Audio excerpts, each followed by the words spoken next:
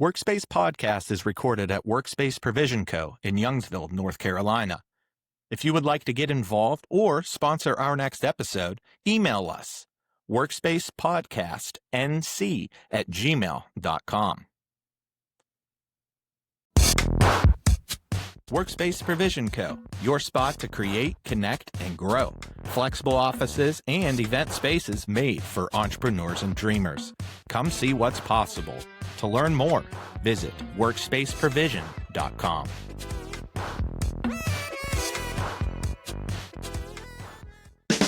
A business hub where you can go. It's a Workspace Provision Co. A business hub where you can go. It's a Workspace Provision Co. My name is Grant Paxton. I'm here with the lovely Donna Klein. We are at Workspace Provision here in the Bonsai Room. This is our podcast studio for hire, just saying. I am here to have a brief interview with our man, Sean Ade, as in Gatorade. What's your favorite flavor of Gatorade, Sean? What is that blue one? The glacial freeze, I think it's called. You got it. Mr. Glacial Freeze here. We are not going to talk about Gatorade, at least not too much. Sean shares a mutual friend, Kelly Siphon. That's how we originally met. Sean is going to tell us today about his mission, what he does, how he's an entrepreneur / how he's passionate about his work. We really like to have trailblazers of their field on this podcast, and I think you fit the mark, Sean. Brag about yourself. Thanks. Tell us who you are, my man. Yeah, I appreciate it. So I'm a manufactured housing dealer out of Raleigh, North Carolina, or technically Cary. And I've been in the real estate investing world for about 8 years now. And 2 years ago, I got licensed as a dealer with the goal of building more affordable homes.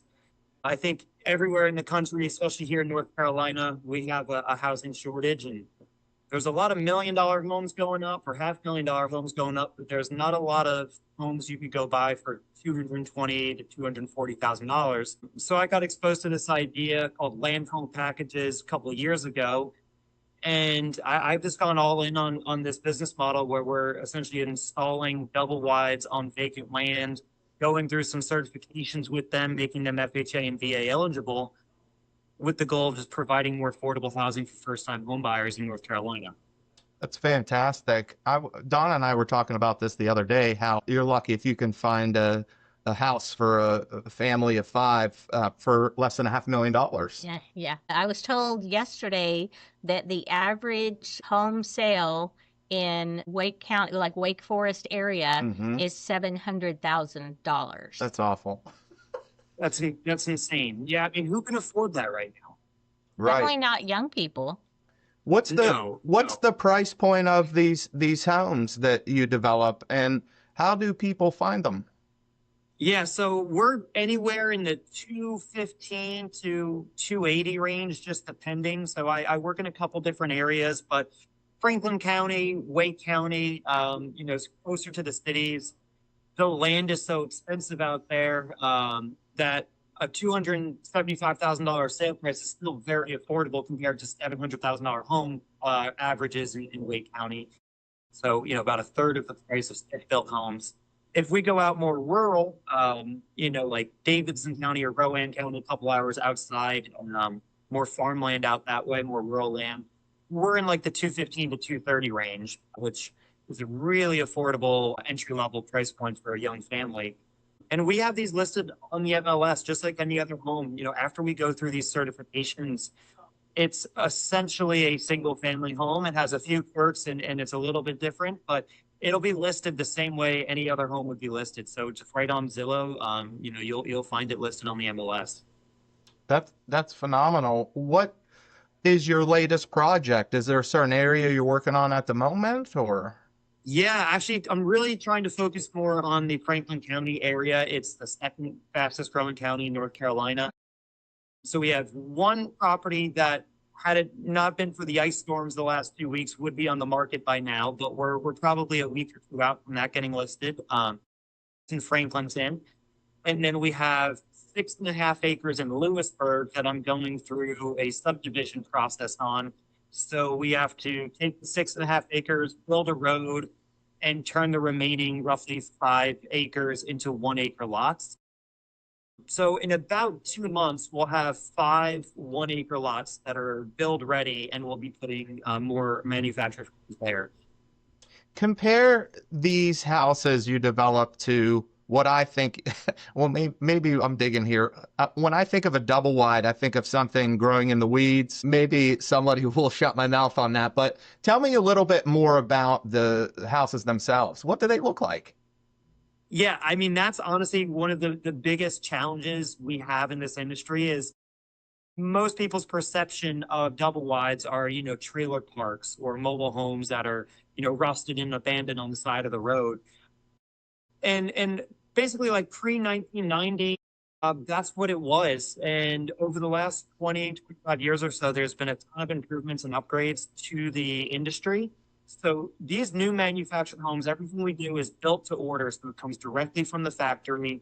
They're brand new homes with LVP flooring, nice countertops, nice cabinets. We put a brick skirting on it, a deck, a porch, a driveway. So we try to add what we call single family characteristics to it. And we remove the wheels and the axles. So there's no mobile component to this. They're permanently attached to the foundation. Hmm. And when we do this, technically mobile homes are registered with the DMV. We convert it to real property, which allows them to be FHA and VA loan eligible. Hmm. But it's more or less what you think of when you picture a double wide, just much cleaner, newer, and with that deck, porch, driveway, those single family characteristics. But yeah, the perception is one of the biggest hurdles that we have in this industry. Most people still assume, rusted single wides on the side of the road or trailer parks, and that's a big part of what we're doing is kind of education to the public that these are really nice, brand new, livable homes that I would go live in some of these. There's some of the higher end double wides, the 2,000 square foot homes. You could put granite countertops in there, stainless steel appliances. Wow. There's a lot of them that I would go live in myself. What's the longevity of these homes? Do they last? Yeah, that's a great question. So these homes, I mean, you should have no issue with these homes lasting 30 to 40 years. Just like any single family home, you're going to want to do some rehab over that time. You're going to want to replace some flooring, replace some countertops, as they get lived in. But no different than a traditional single family home. And I've seen some people that do a lot of flips on manufactured homes, and you could take a 1970s home, gut it, and rebuild it from the inside, and they look beautiful. So the exterior, the structure of them is built to a very high quality, but the interior is just really going to be like any other single family home. Like the more it gets lived in, especially if you have young kids and pets and families in there, you'll want to update it every maybe 7 to 10 years or so. But really ever since the 2000s, they've increased the structural integrity of these so well that you really would know when you're inside of it that it's a mobile home. Excellent. The square footage, you said up to 2,000 square feet. Folks can customize a little bit some of the finishes and things, or? Yeah, so I mean, we've actually seen double wides as far as 2,400 square feet. They do get pretty big. So I've seen some 5 bedrooms. But as far as customization, it's a price point thing. So I break it down as good, better, best, just depending on where we think the sale price is going to be. So when you're in that sale price of like, let's say 240 or below, and you're in what I would consider an entry level manufactured home, very few customizations you can make. You can change the exterior color, you can change the shutters. That's about it. As you get into those higher quality homes where you could potentially pay in the $280,000 to $300,000 range, you can get very customized. You could put granite features in there. You could put garden style tubs, walk-in closets. Like you could really upgrade those higher end manufactured homes like any other single family home. You really lean into the potential of this area, the growth of Franklin County and surrounding areas, of course, but for folks that are looking to move to this area, there are new affordable housing solutions and affordable commercial spaces here at Workspace Provision. I don't see why everyone wouldn't just want to move here. I agree. We're seeing that Franklin County is blowing up, and then you're getting the spillover to like Nash County, Granville County, Johnson County. Um, and for me, I have to be a little bit further outside the city because zoning for manufactured homes is a little tricky to find. So you don't typically find a lot of zoning in like Wake County, like downtown Raleigh.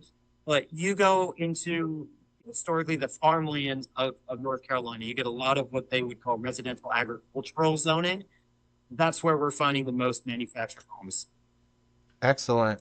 Who would you say is your competitor? Who do you run into in the field? Is there someone you're kind of working with or avoiding, or tell us about that aspect of your business?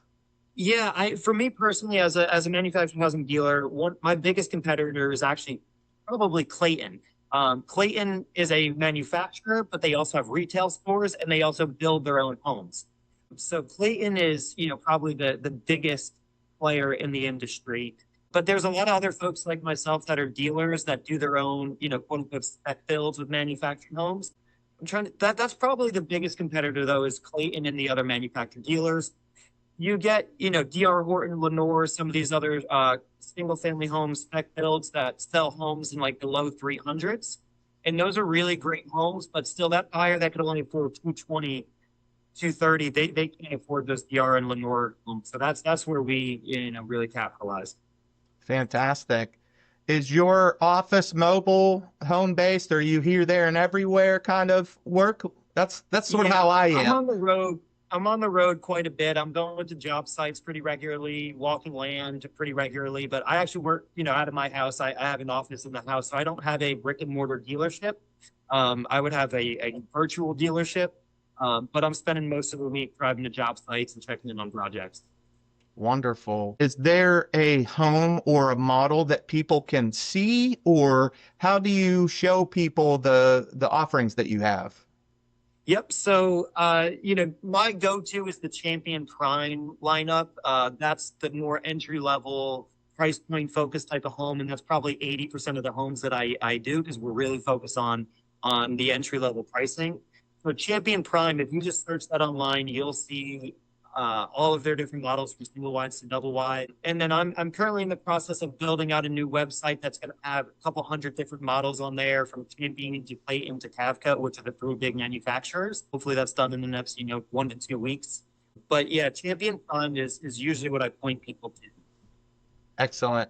For the record, can you tell us again your business name, how people can connect with you? Give us a call to action here for listeners that might be interested in learning more about what you do. Yeah, you can find me on Instagram or Facebook, Sean Ade, SEAN, and then last name's Ade, ADE. So you can find me on Instagram and Facebook. I do a lot of posting about current jobs that we're working on, the projects that we're working on.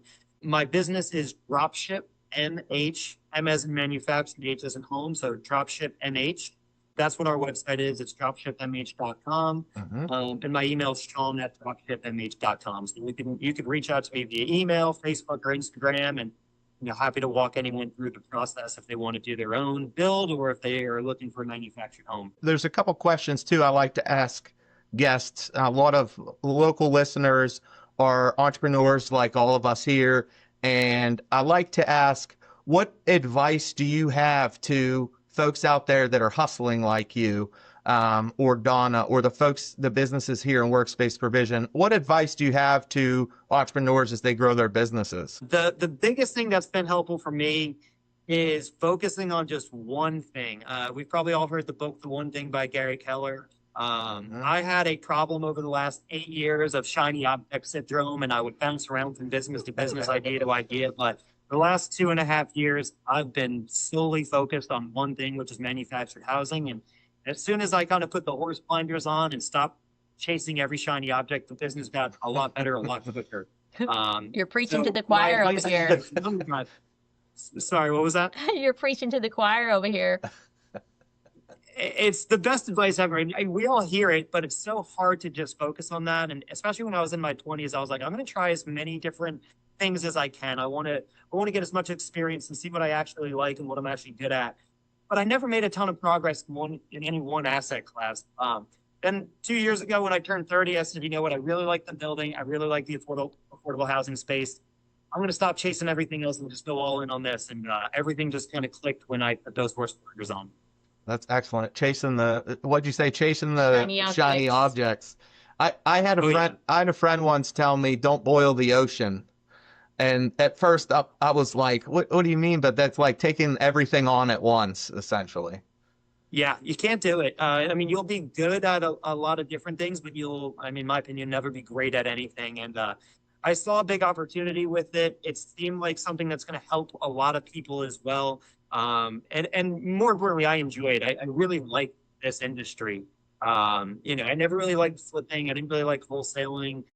Had like laundromats and stuff in the past. There's a lot of stuff I just didn't like. And I really like this. So we're just going all in, burned all the ships, and that's my biggest advice to people. Just focus on one thing.